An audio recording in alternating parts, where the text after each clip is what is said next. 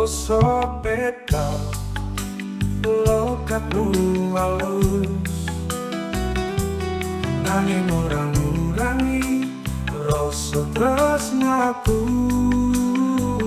Kowe nyebut abdi pokok anje, aku mung wesen ra ngerti ning sana.